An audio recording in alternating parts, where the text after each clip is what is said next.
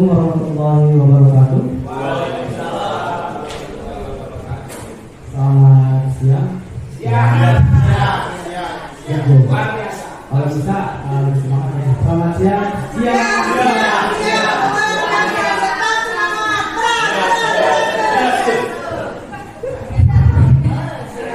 Siap ya?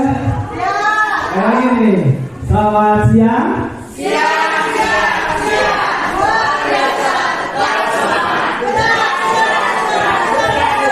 Terima kasih. Alhamdulillah.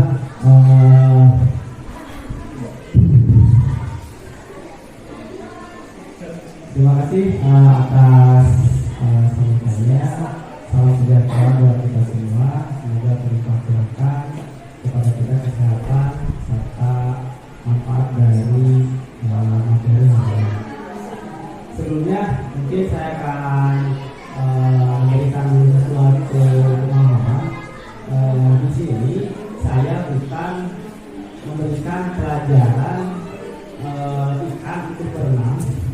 Bahkan saya juga akan memberikan pelajaran untuk burung bisa terbang, karena ikan sudah nalurinya bisa berenang dan sama halnya dengan burung nalurinya bisa terbang. Di sini saya bukan mengajari ibu serta bapak guru, tapi saya di sini hanya sekedar mensosialisasikan bahwa kebetulan saya ada tugas dari CBP atau guru-guru bahwasanya harus memberikan atau mensosialisasikan tentang budaya positif. Kenapa ini? Nah ini tentang pemahaman budaya positif. Lanjut Pak.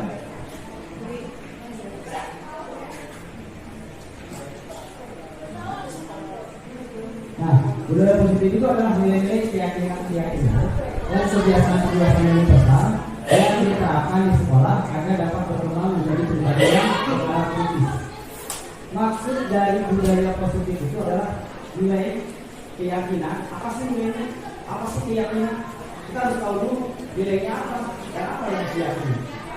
Jangan katanya budaya, berarti budaya. Oh budaya itu kayak kalau bahasa Sunda, kalau orang Sunda itu mungkin budaya.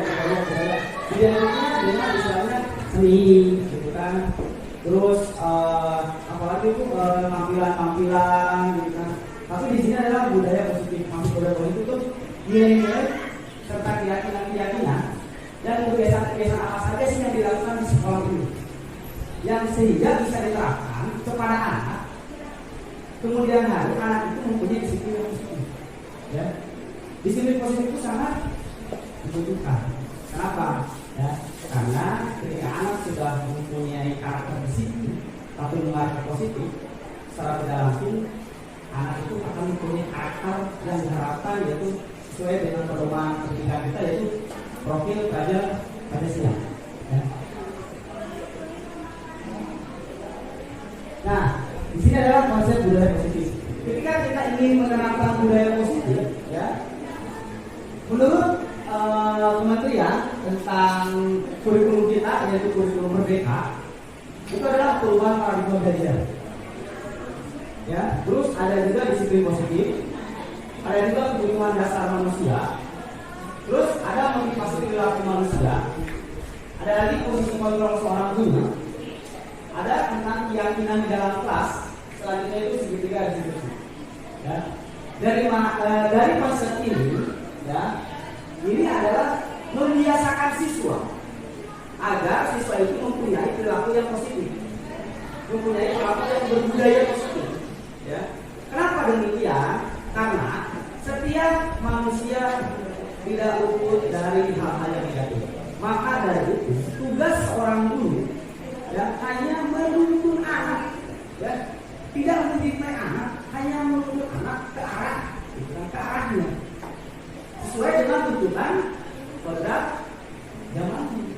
Karena sekarang zamannya teknologi, kita manfaatkan teknologinya. Ya. Beda dengan zaman kita dulu. Ya, ketika kita belajar dulu belum ada teknologi. Dulu pernah bisa belajar di SD. Ketika guru masuk dulu. Anak-anak buka halaman sabuk, tulis halaman sabuk sampai sabuk.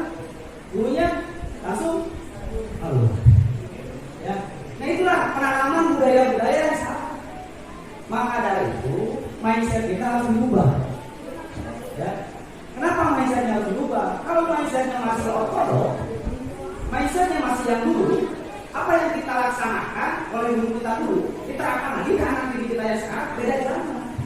Karena jawabannya sudah berubah. Karena zaman sekarang itu zaman yang serba instan. Anak punya handphone, kadang guru belum menjelaskan, anak bisa Google. Ya. Nah itulah yang kita harus manfaatkan. Ya. Bahkan anak pun bisa lebih cerdas dari gurunya.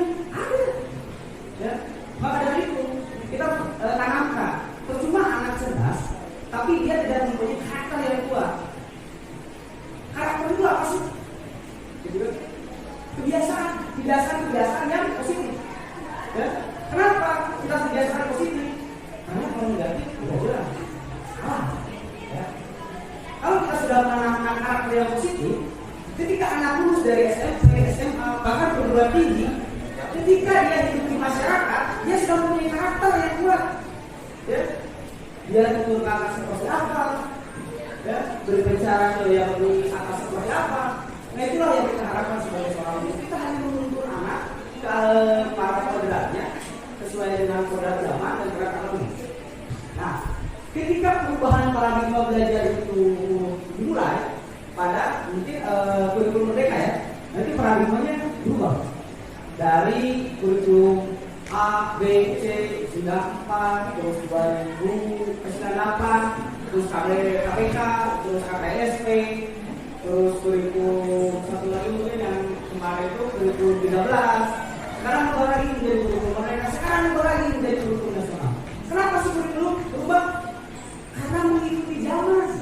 Ya. Kalau kurikulum mengikuti terus, zaman akan berubah. Ya. Kementerian itu menyiapkan kurikulum yang sedemikian rupa karena sesuai dengan kebutuhan zaman. Kalau zamannya berubah, masa harus disesuaikan dengan kurikulum yang dulu? Tidak. Makanya kurikulum berubah karena sesuai dengan kebutuhan zaman, sesuai dengan filosofi dan kebijakan. Kita hanya menentukan karena sesuai dengan dan zaman. Nah, di sini pembelajaran paradigma baru itu sesuai dengan profil karakter pelajar Pancasila. Ya. Mewujudkan profil pelajar Pancasila itu berarti harus dia mempunyai satu, ya, dia mempunyai beriman, bertakwa pada Tuhan yang Maha Esa. Ya. Kalau dia sudah mempunyai keimanan, ketakwaan kepada Tuhan yang Maha Esa, atau mungkin umat saya kepada Allah Subhanahu Wa Taala, ketika karakter itu ditimbulkan, ketika karakter itu dibiasakan, maka timbullah suatu perubahan karakter pada anak. Mungkin di sekolah kita sudah terbiasa untuk menunjukkan karakter ini, ya. Ya, salah satunya mungkin sholat zuhur berjamaah, terus ada sholat duha, itu kebiasaan-kebiasaan yang positif, sehingga anak mempunyai karakter yang baik. Ya. Terus ada berkunjung mereka global, bergotong royong, beraktivitas, terus nanti. Nah, inilah paradigma baru. Mungkin tujuan dari pendidikan, tujuan dari kurikulum sekarang ke arah yang lebih, maksudnya yang lebih konkret atau lebih kredibel sesuai dengan zaman ini.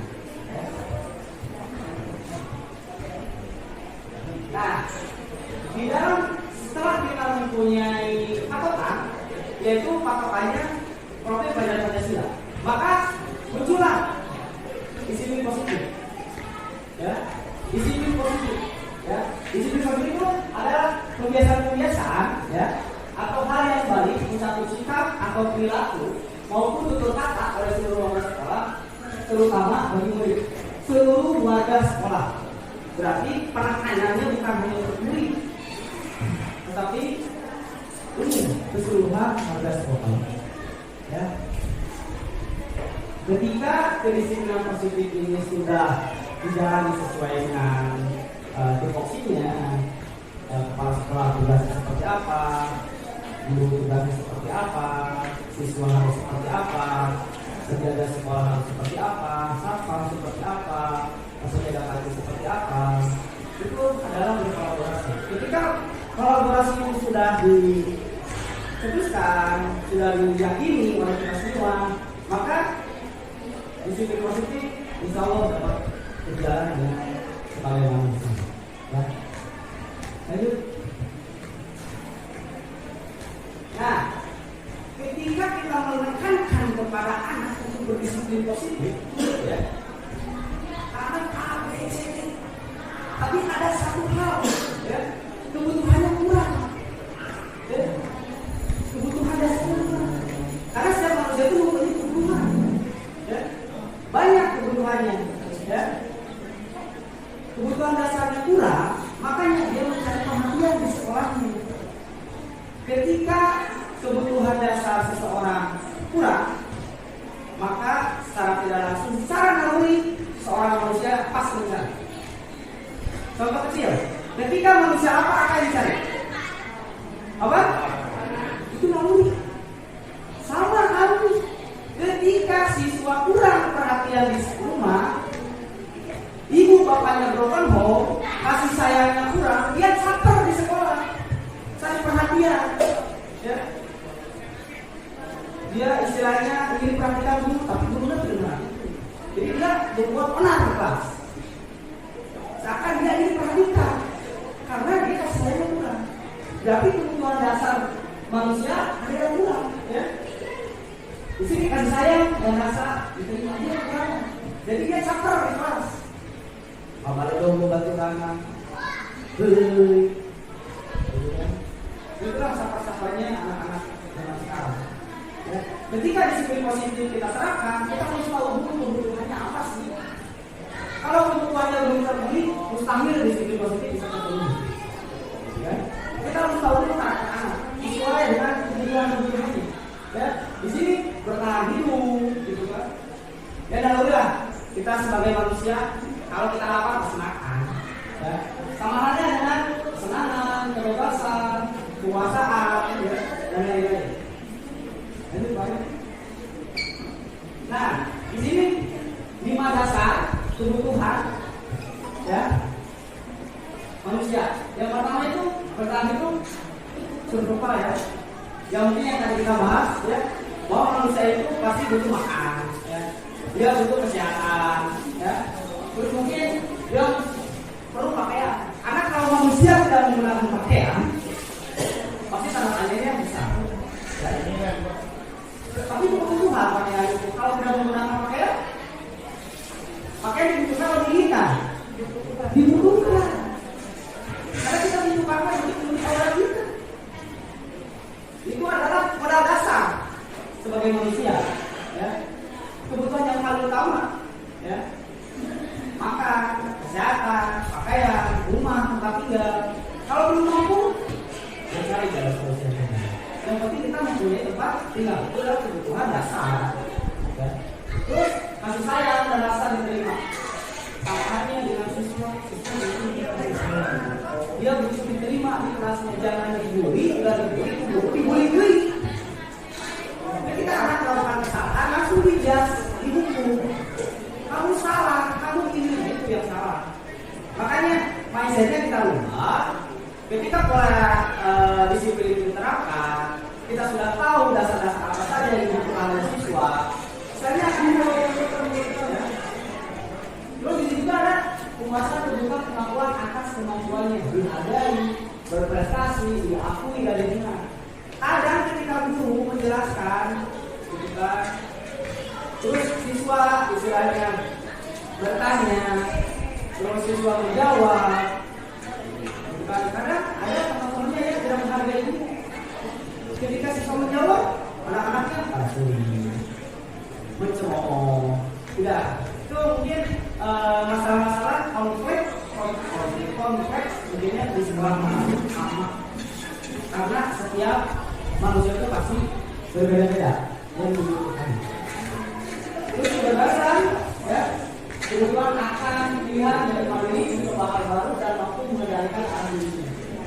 Dan selanjutnya itu kesenangan, ya, merasa senang bermain umur. Nah, ketika siswa istirahat, itu waktunya bermain istirahat. Karena di sekolah itu mempunyai misalnya kesepakatan atau peraturan sekolah yang harus kita sepakati dan diyakini. Jadi baik. Nah, ketika motif disiplin positif, kemudian dasar kebutuhan kita sudah penuhi, timbullah motivasi. Motivasi itu banyak. Mungkin motivasinya bisa karena dia hukuman, mungkin bisa juga karena dia takut ada konsekuensi. Ya. Sama halnya contoh seperti ini. Ya. Ketika motivasi itu muncul, anak karena dia contoh sering, gitu kan? Sering apa? Gitu kan? Ketika dia sering melakukan hal baik, terus dikasih reward sama gurunya, nah itu sama halnya dengan meningkatkan motivasi dia untuk apa? Untuk berubah. Ya. Di sini hukuman. Nah, tidak terencana atau tiba-tiba yang tadi saya sudah katakan. Ketika anak berbuat kesalahan, mungkin, gitu kan? Saya juga pribadi merasa pernah melakukan hal seperti itu kepada anak saya. Nah, makanya ketika saya belajar, memahami tentang budaya positif, oh ternyata saya salah. Makanya mindsetnya kita ubah dulu. Setelah diubah, baru gitu kan, kita menganggap seorang murid itu sesuai dengan tuntunannya. Ya. Ini konsekuensi, kalau konsekuensi itu sudah terencana, sudah disepakati, gitu kan. Ketika anak melakukan kesalahan, gitu kan, agar anak melakukan kesalahan karena ada konsekuensi, timbullah motivasi dia tidak melakukan kesalahan. Itulah motivasi anak. Ketika anak istilahnya tidak ingin dihukum, tidak ingin ini, tidak ingin ini, tapi harus pada dasarnya kesadaran itu sendiri. Ya. Nah, kalau dari sisi ini adalah proses menciptakan kondisi bagi siswa atau murid untuk memperbaiki kesalahan yang tadi. Ya, kita tanya dulu, kenapa anak A, kenapa anak B, kenapa anak C. Jangan langsung menjelaskan anak B, C, D. Lanjut, Pak. Nah, di sini setelah kita tahu motivasi anak, gitu kan, sebagai seorang guru kita mempunyai kontrol. Kontrol di sini mengontrol kepribadian seorang guru terhadap murid. Ya. Di mana seorang guru itu ketika menghadapi masalah atau menghadapi seorang anak yang berlatar belakang A, B, C, D dengan latar belakang di rumahnya berbeda-beda, karena butuh A, butuh B, butuh C, butuh D, disinilah gunanya kohesi kontrol ini. Apa saja itu kohesi kontrolnya? Yang pertama, ya, guru itu harus istilahnya bisa mengontrol dirinya pada saat penghukuman. Ya, guru di posisi ini adalah posisi penghukuman, bisa mengulang hukuman fisik maupun verbal. Nah, biasanya kalau murid atau siswa melakukan kesalahan, kadang kita langsung hukuman fisik. Ya, seperti ini. Terlambat dari 20 kali. Terlambat push up 30 kali. Itu masuk ke fisik. Ya. Nah, kalau fisik, ya, untuk verbal itu ketika anak terlambat dicairkan. Blah blah C C D D. Itu anak pasti gaul. Mental kena. Gimana dia ingin berubah ke arah kedisiplinan dengan kebutuhan dasar di rumah kurang. Contoh anak itu tinggal dengan neneknya, gitu kan? Kasih sayangnya kurang. Dari orang tua terutama ayah ibunya tidak ada, tinggal sama neneknya. Bahkan dia datang dari rumah ke sekolah belum makan. Kebutuhan dasar yang pertama sudah hilang. Akan kelaparannya.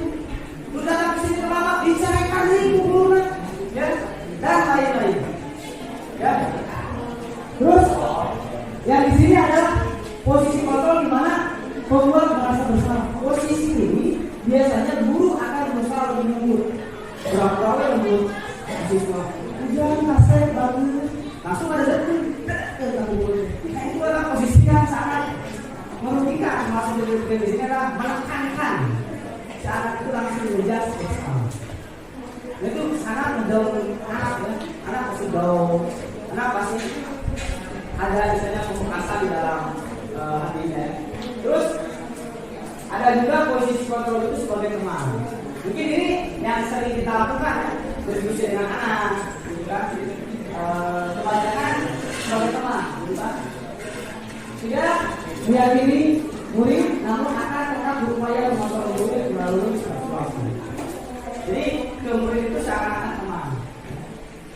Nah itu posisi kontrolnya harus sesuai. Nah di sini ada posisi guru sebagai pemantau. Pemantau berarti mengawasi, guru mengawasi.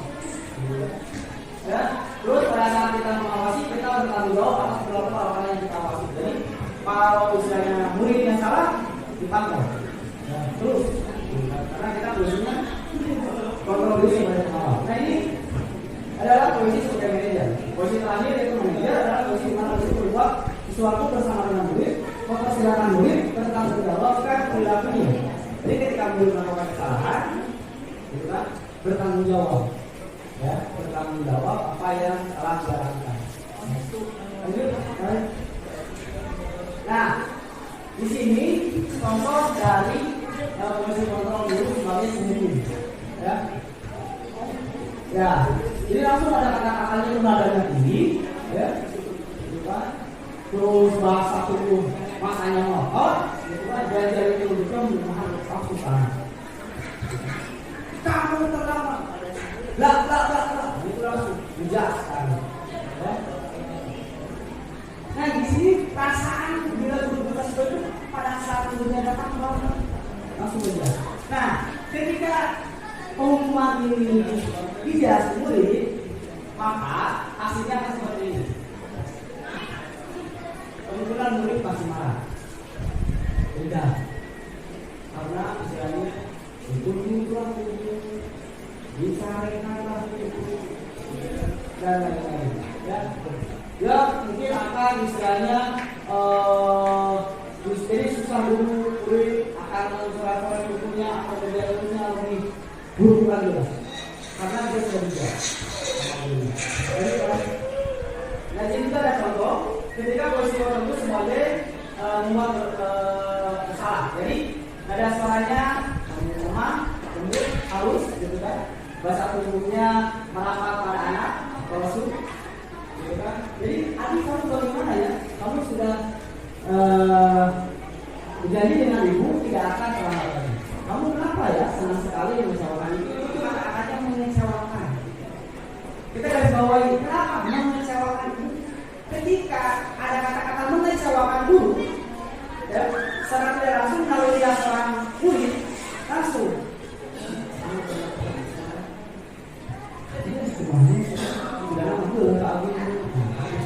Jadi mindset anak itu berputar, ya. Karena analoginya seorang anak itu ketika anak diperlakukannya seperti itu, maka timbal balik juga sama. Ada sebab ada akibat. Dan mungkin anak jadi A kalau tidak ada sebabnya. Pasti karena ada sebab ada akibat. Ya. Sebabnya si anak di rumah seperti ini, akibatnya jadi seperti ini. Makanya di sekolah dulu kita harus lebih perhatian lagi pada anak. Nah hasilnya akan seperti ini, ya. Murid akan merasa senang dan akal dengan guru, termasuk dampak positif hanya saja. Nah ini ada hanya saja. Di sini itu menjadi tergantung pada positif. Terus anak itu tergantung. Ya. Tidak ada masalah dia merasa bisa mengandalkan guru. Jadi kalau ada masalah dia tidak bisa bertanggung jawab pasti dia mengandalkan guru. Ya. Dan seterusnya yaitu ketika posisi kontrol guru itu sebagai teman.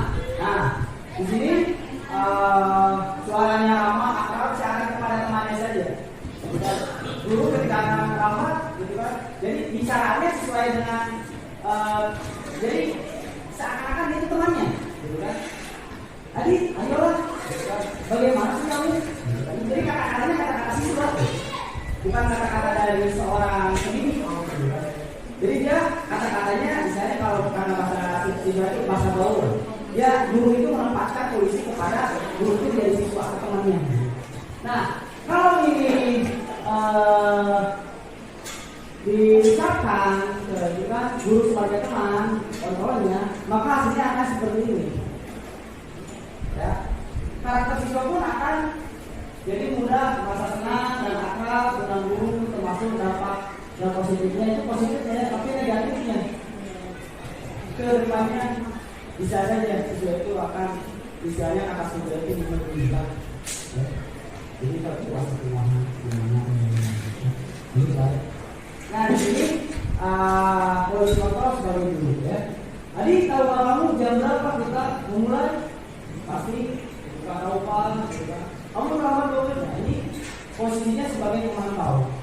Dia memantau siswanya bahwa siswanya terlambat. Ya. Nah, perasaannya itu pasti seperti ini. Murid gitu kan, pasti dengan konsekuensi. Ketika dia terlambat, ada konsekuensi. Apa sih konsekuensinya? Sesuai dengan peraturan atau sekolah, kesepakatan sekolah. Konsekuensinya apa? Kalau terlambat, maka konsekuensi. Ya. Kalau tidak istilahnya tidak menggunakan pakaian sesuai material, apa konsekuensinya? Kalau memantau itu konsekuensi. Nah, yang paling baik yaitu ketika seorang guru itu berposisi kontrol itu sebagai seorang manajer. Jadi dia istilahnya menanyakan dulu, gitu kan, bahasanya juga bahasa seorang guru, seorang meeting, seorang manajemen, gitu kan. Tidak asal ngobrol, gitu kan.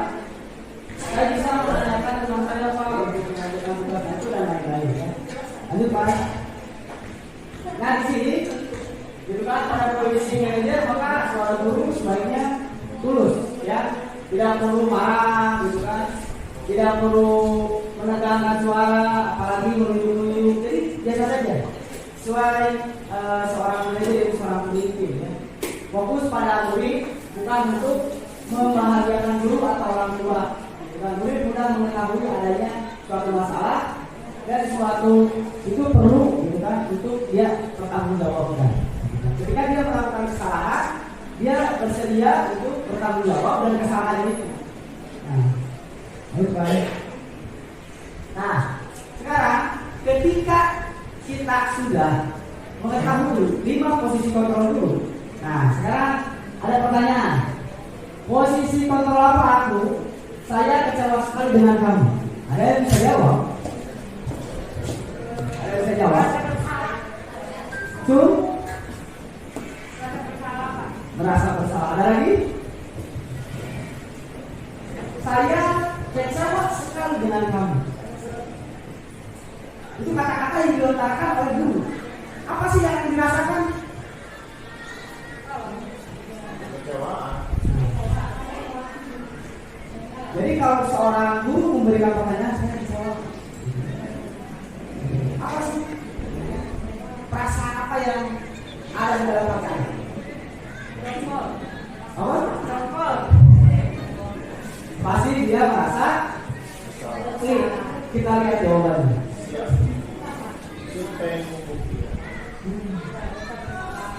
Pasti. Murid merasa bersalah. Saya sudah mengecewakan diri saya. Saking muridnya sayang sama gurunya, ketika gurunya melakukan seperti itu,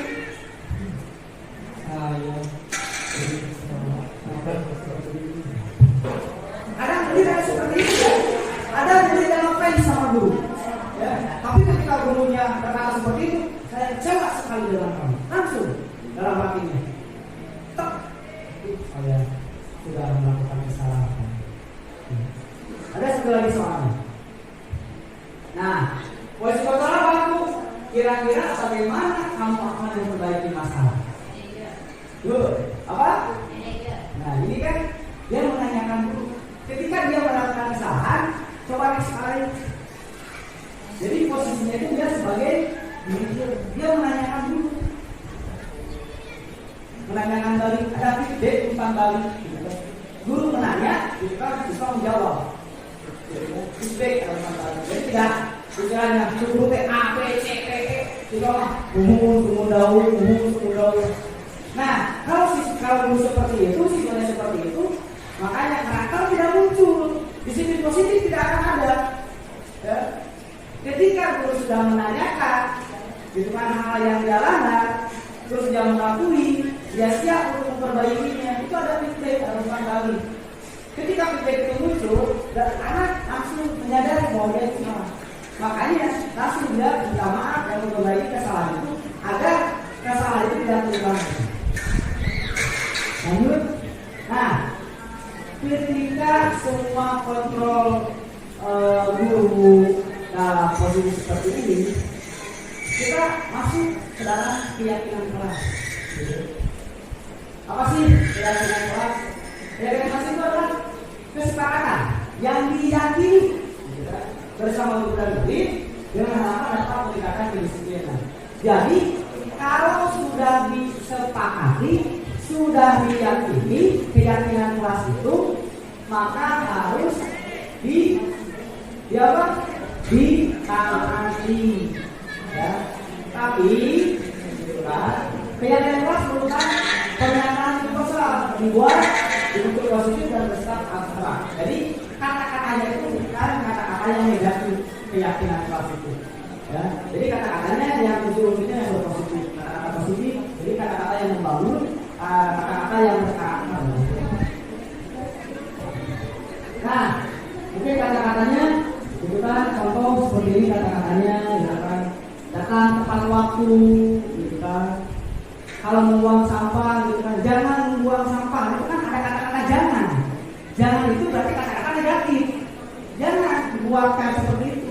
Tapi buang sampah pada tempatnya. Nah itu adalah kata-kata yang positif. Kalau kita membiasakan dengan kata-kata yang negatif, secara tidak langsung mindsetnya yang negatif.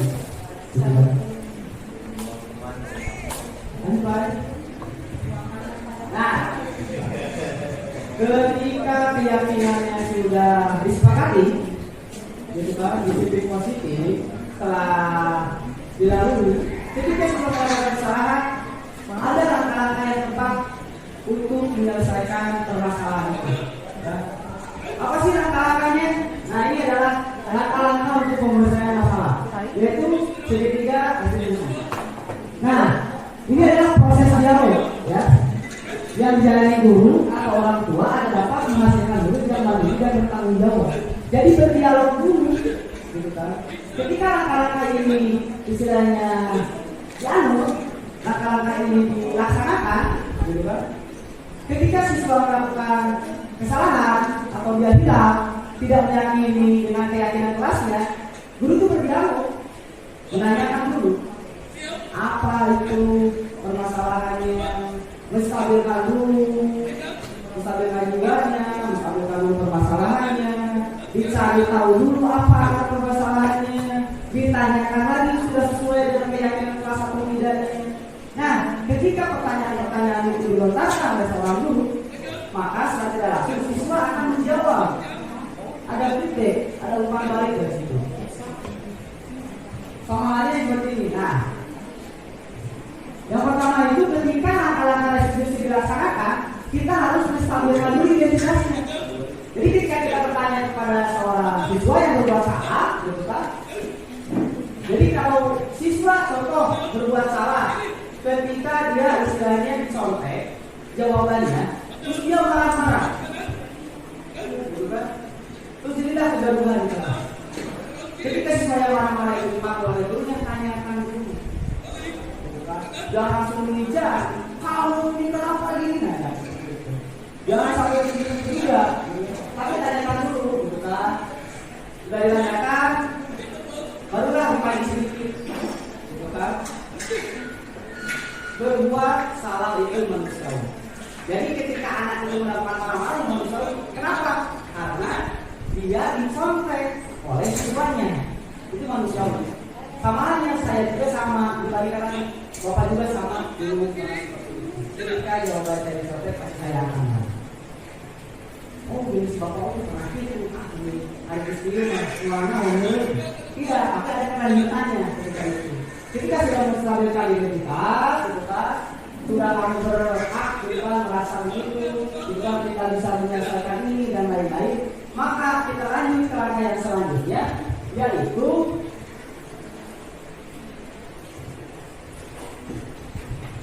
validasi tindakannya. Apa sih yang salah? Tindakan apa yang salah? Nah itu yang kita perbaiki. Jangan langsung kemana-mana. Ketika bertanya kepada siswa, jangan langsung ke A, ke B, ke C. Tapi validasi dulu tindakannya. Kita sudah validasi, mungkin bisa ada pertanyaan seperti ini oleh guru. Padahal kalau bisa melakukannya yang lebih buruk dari dia, mungkin dia bisa ngomong, bisa apa. Nah ketika guru sudah merespon menanyakan hal seperti itu, ada kalimat yang lebih baik.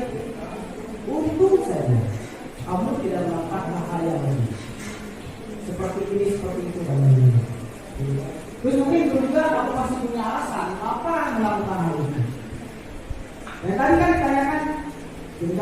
ketika jawabannya dicontek, gitu kan, dia marah-marah, gitu kan, ditanyakan kan, kamu masih punya alasan, gitu kan, apa alasannya kamu marah-marah? Sudah jelas, karena pekerjaan saya dicontek oleh temannya, gitu kan, jadi berdua gaduh. Nah, lanjut, nah ini adalah yang terakhir, kembalikan kepada anak, menanyakan keyakinannya. Sifat dan karakter yang marah-marah itu sudah sesuai dengan keyakinan kelasnya belum? Kalau belum, dirubah, ditanyakan, apakah nilai-nilai yang kita harus sepakati? Apa yang kita percayai sebagai kelas atau keluarga? Apa bukan bayaran kita tentang kelas yang ideal? Tanyakan hal seperti itu. Gali potensi anak. Jangan anak itu langsung dijudge, dihukum. Ketika dia gabung, misalnya berisik di kelas, tidak tahu permasalahan apa-apa, langsung berdepan, langsung malah berdepan, baru curi, punya sepanjang, nah itu seharusnya jangan seperti itu, ya. Tapi tanyakan dulu ke anak, gitu kan? Jadi ketika datang di kelasnya libur, gurunya datang,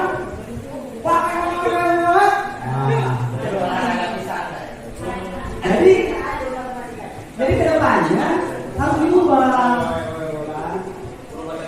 Jadi kenapa kalian ribut? Apa alasannya ribut? Menstabilkan dulu identitasnya, gitu kan? Memvalidasi dulu, tanyakan lagi keyakinannya.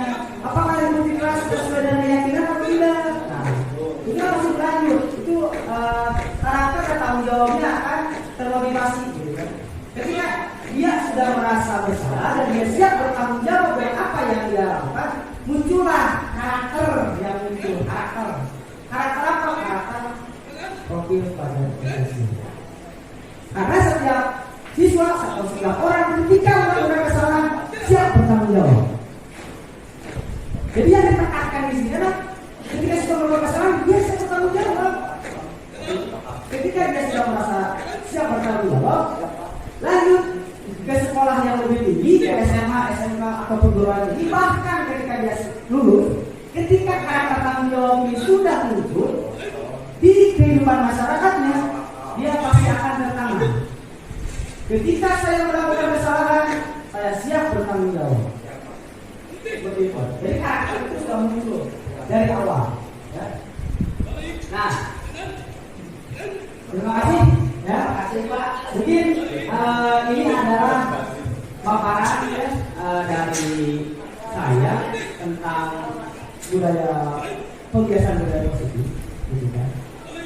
Mungkin ada pesan singkat dari saya sedikit. Guru yang baik dan guru yang hebat itu bukan guru yang banyak sakit hati. Guru yang baik dan guru yang hebat itu bukan banyak gelar.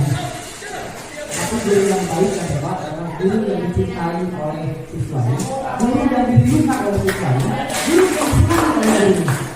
Salam guru penggerak angkatan 10. Semoga kita menjadi guru yang dicintai dan guru yang disenangi oleh siswanya. Assalamualaikum warahmatullahi wabarakatuh.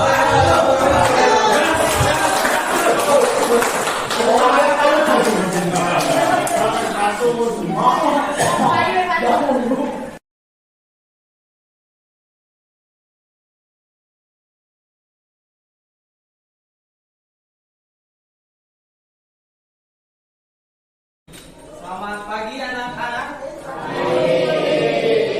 Gimana keadaan hari ini? Sehat? Nah, sebelum kita mulai tentang keyakinan kelas hari ini, coba kainnya dulu. Halo Sia. Belum belajar baik saudara. Beradawati mulai.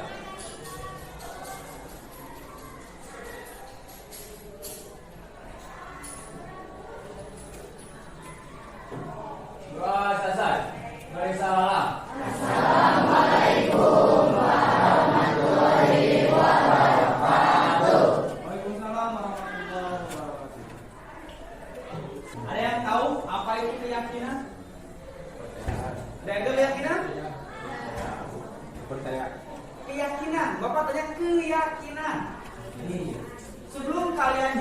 melangkah ke hal-hal yang lebih luas, ini keyakinan. Ada yang tahu arti kata keyakinan? Apa? Cuma tangan. Keyakinan. Ada yang tahu arti yakin? Apa? Dirinya dihilangkan. Jadi kalau yakin harus. Nah, sama halnya dengan hari ini kita akan membuat keyakinan di dalam kelas. Berarti keyakinan itu harus dipercayai, harus diyakini,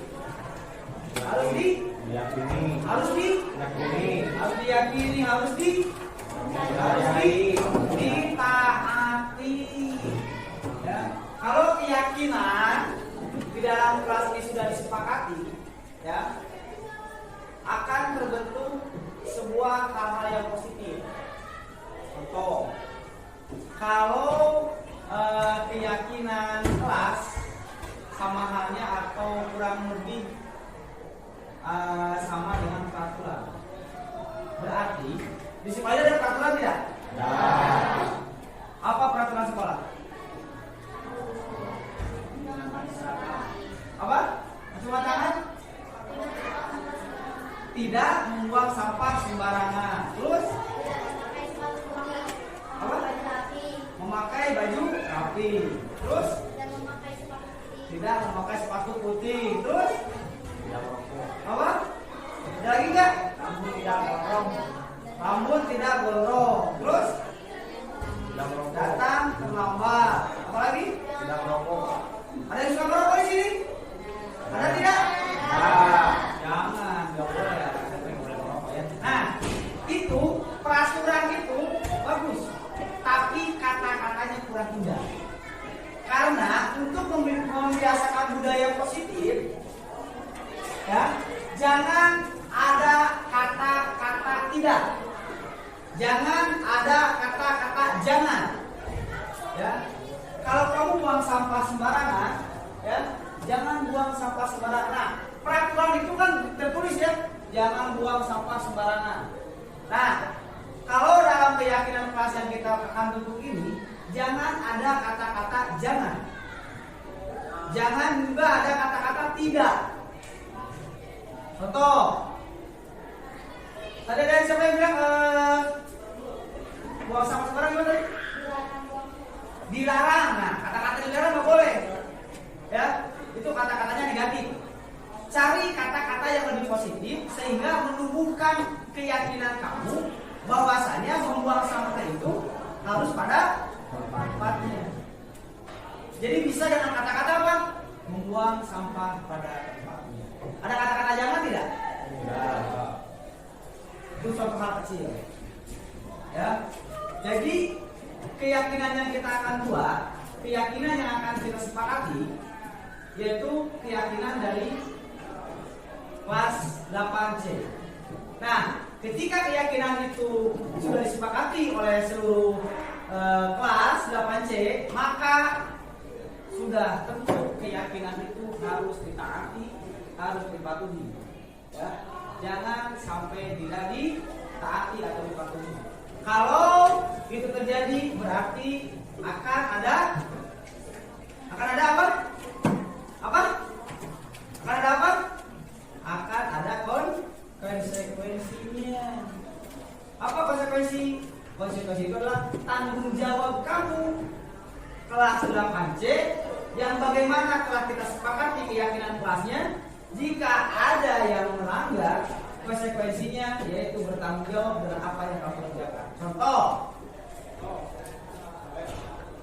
ada botol di sini, ya, jatuh oleh teman kamu, ya, otomatis kan lantai basah, terus becek, bersih tidak? Sama aja dengan mengotori. Tanggung jawabnya apa? Itu konsekuensinya, tanggung jawab membersihkan. Ya, siapa yang membersihkan? Siapa yang harus membersihkan? Siapa yang harus membersihkan?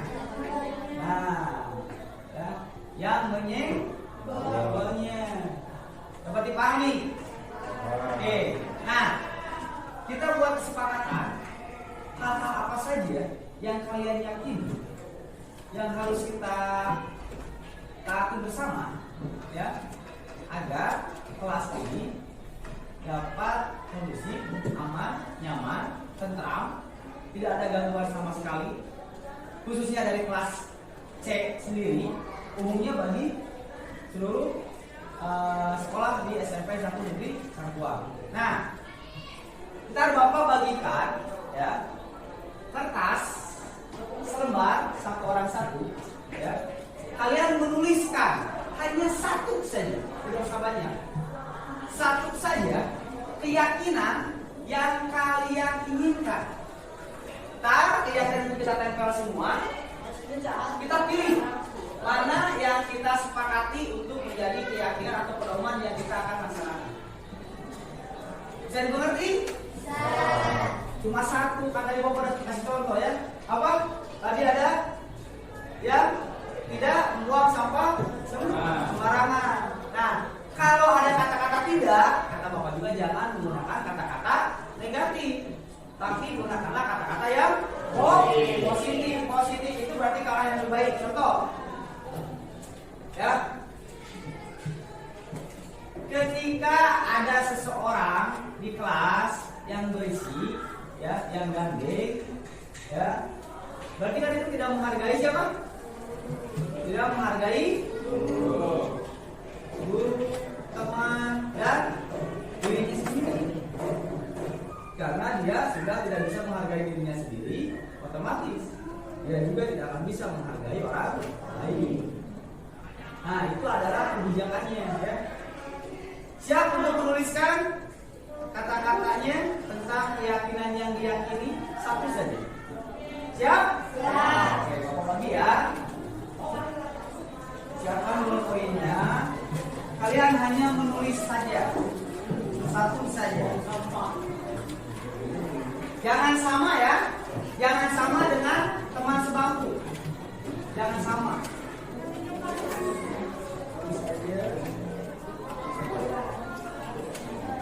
Sudah pace, ya.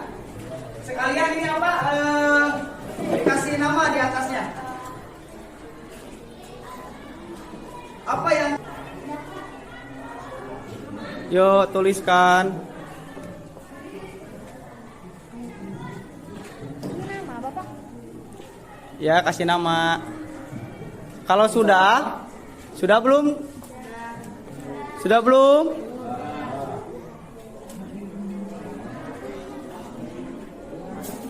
Tulis.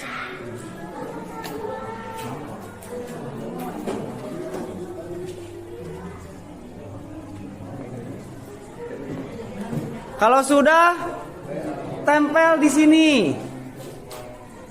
Tempel di sini keyakinannya. Ayo tempel. Sok, tempel. Terus.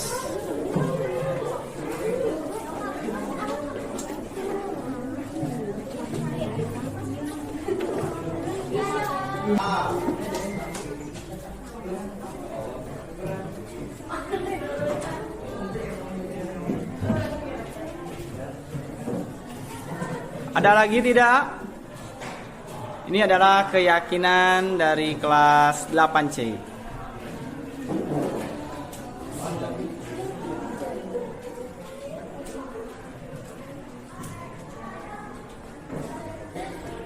Balik.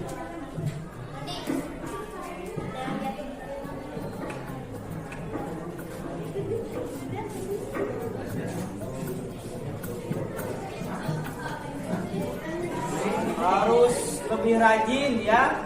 Ini ada harus lebih rajin mengerjakan tugas. Terus harus lebih giat belajar, semangat agar bisa menjadi juara bersama. Keyakinannya, macam-macam hebat, ya. Bersikap jujur dan tanggung jawab. Nah, Cesar menghargai saat menerima pelajaran. Menghargai guru saat menghargai guru saat menerima pelajaran gitu maksudnya. Apa? Oh, menerangi. Good. Datang ke sekolah tepat waktu. Nah, ya. Bapak akan ambil beberapa mungkin beberapa poin ya. Nggak semua saya ambil. Kebanyakan hampir sama, ya. Ini adalah hal-hal positif yang telah kamu yakini di kelas 8C dan kita akan sepakati bersama, ya. Jagalah kelas dari sampah-sampah kotor. Tuh. Bagus. Ini hal yang positif ya. Berarti kelas itu harus diapa? Harus dijaga, ya. Jangan sampai berarti piketnya harus lebih ya. Berarti sama saja dengan menjaga kebersihan, ya. Bapak ambil ini. Setuju nggak dengan ini? Datang ke sekolah tepat waktu. Setuju. Siap kita yakini? Ya. Tuh, ini kesepakatan ya. Ya.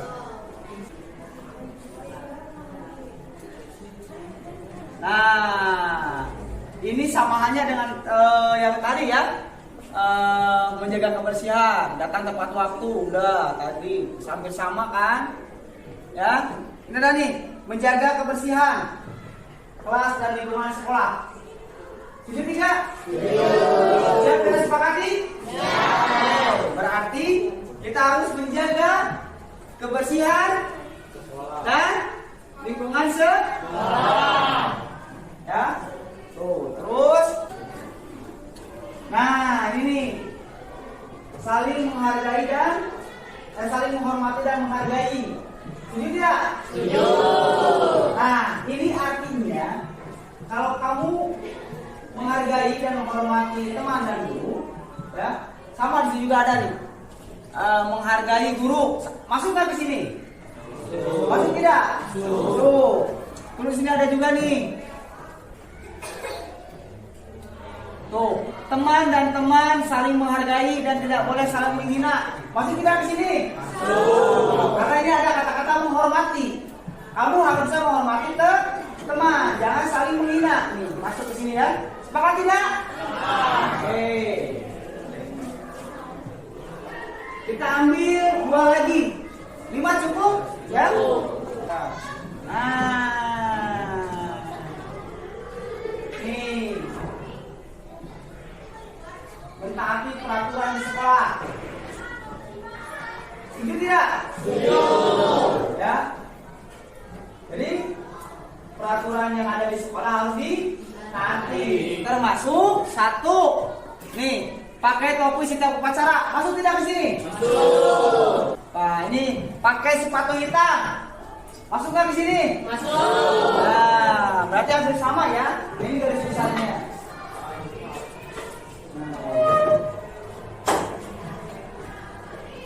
Nah, bersikap jujur dan tanggung jawab. Masuk tidak? Masuk. Ya. Kenapa? Karena siswa harus bertanggung jawab dengan apa yang dilakukannya. Good. Ya. Bersama lagi atau sudah? Nah, jadi ini ada kesepakatan kelas yang telah kita sepakati ya. Siap kita sepakati? Ini adalah kesepakatan kelas ya. Yang pertama itu datang ke sekolah tepat waktu. Yang kedua, menjaga kebersihan kelas dan lingkungan sekolah. Yang keempat, saling menghormati dan menghargai, ya. Yang keempat, menaati peraturan yang ada di sekolah. Yang terakhir, bersikap jujur dan tanggung jawab. Ketika kesepakatan ini sudah kita sepakati, nah, kita akan menandatangani, ya, kesepakatan ini, ntar kalian maju ke depan, tuliskan nama dan tanda tangan. Yuk, dari Hadad dulu. Ayo Hadad, tulis namanya, tulis tanda tangan. Nih kesepakatannya sudah disepakati, tulis nama dulu Hadad. Di sini tanda tangan. Dah, tanda tangan aja. Dah. Ayo yang lainnya.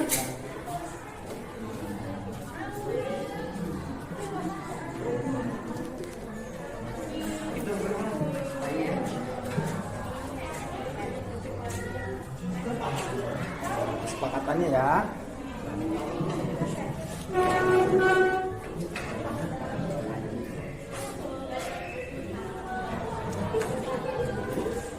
Ayo selanjutnya.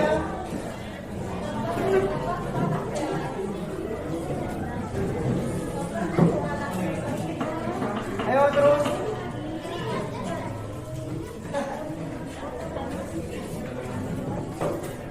Oh, ini kasih ke perempuan.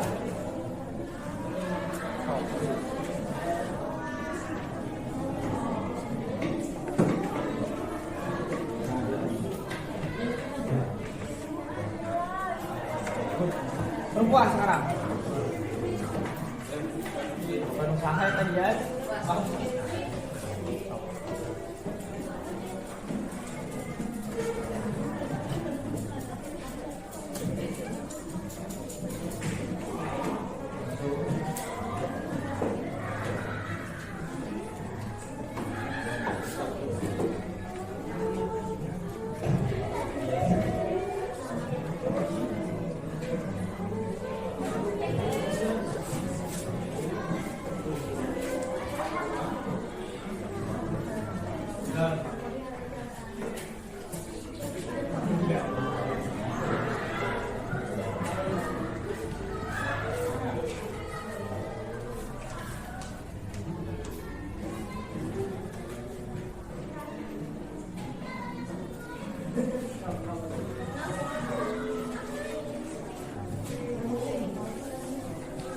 Ayo, siapa lagi?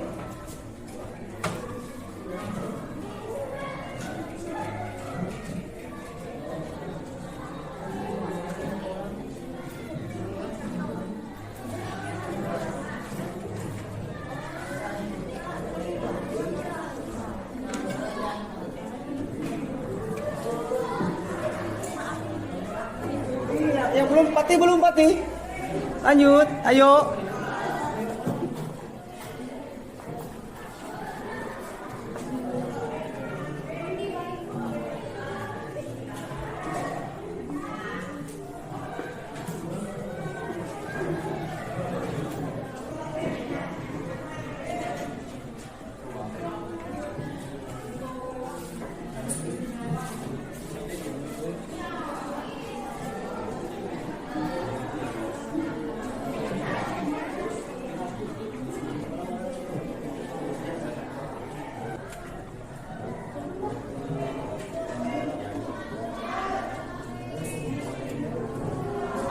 Terima kasih ya untuk kesepakatan kelasnya.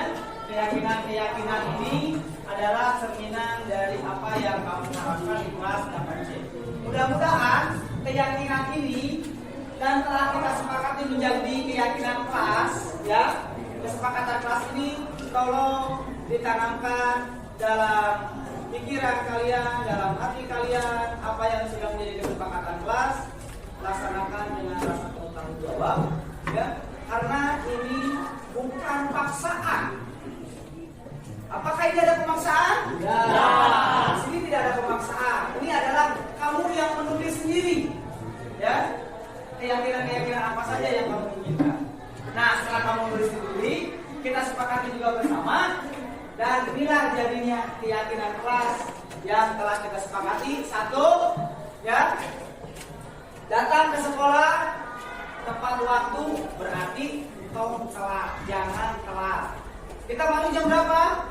6.45. Kalau masuk jam 6.45 ya minimal kita harus ada di sekolah jam 6.30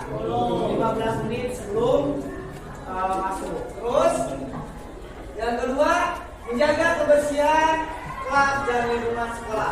Nah, jagalah lingkungan kelas dan sekolah. Kenapa?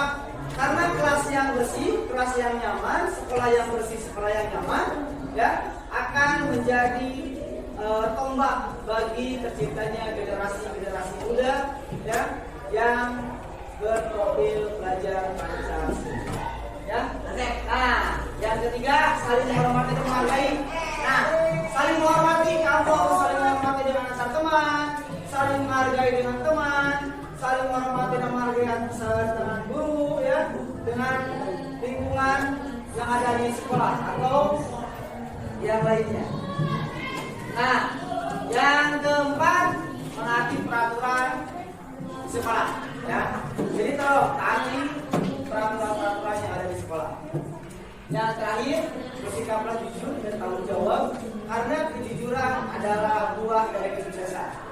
Ya, karena tanggung jawab adalah sebuah perilaku yang mencerminkan kamu adalah seorang manusia yang baik, manusia yang hebat. Karena orang yang bisa